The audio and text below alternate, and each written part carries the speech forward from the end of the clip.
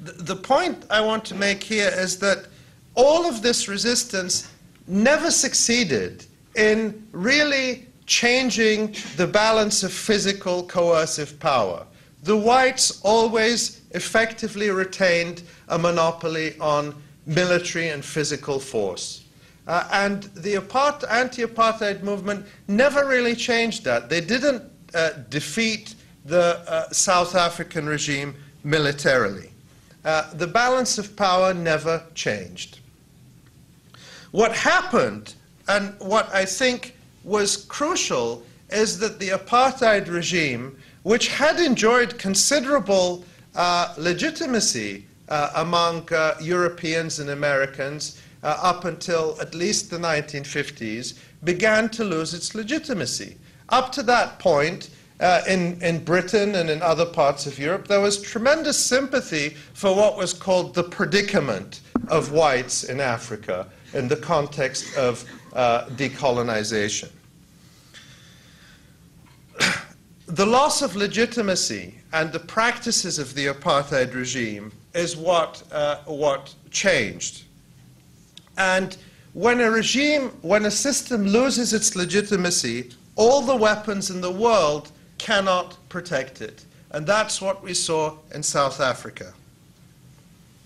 Once it got to a point that the regime could only remain in power through violence and repression, whites in South Africa lost the will to maintain it, because they knew that the price was increasing international isolation and being seen as pariahs. And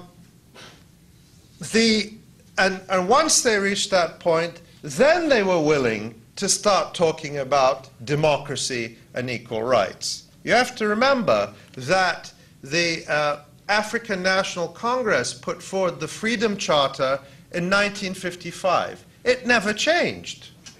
The message from the resistance in South Africa was consistent. Our demand is for freedom, for one person, one vote, for equality, for decolonization. It never changed.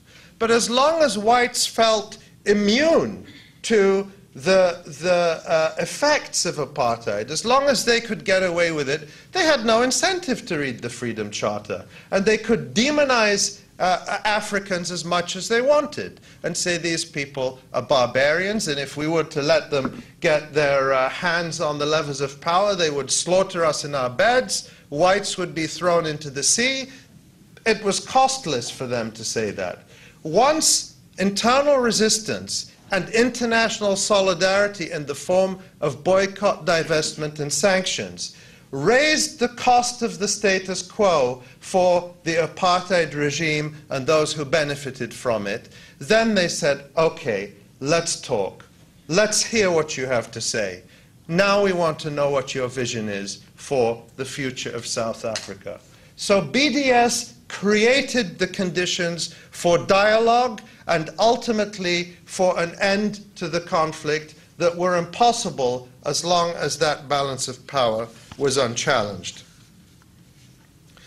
I would argue that we're beginning to see, I don't think it's yet at full speed, but we're beginning to see a similar loss of legitimacy for Zionism and for the practices that Israel has engaged in.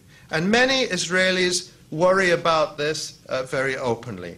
I am convinced that the loss of legitimacy of the Zionist idea, of the idea of a special state for a special people, is irreversible. That cannot be resurrected in the 21st century, a time of when we at least preach, if not practice, universal rights and equality. More of Abu Nima's talk on our next program.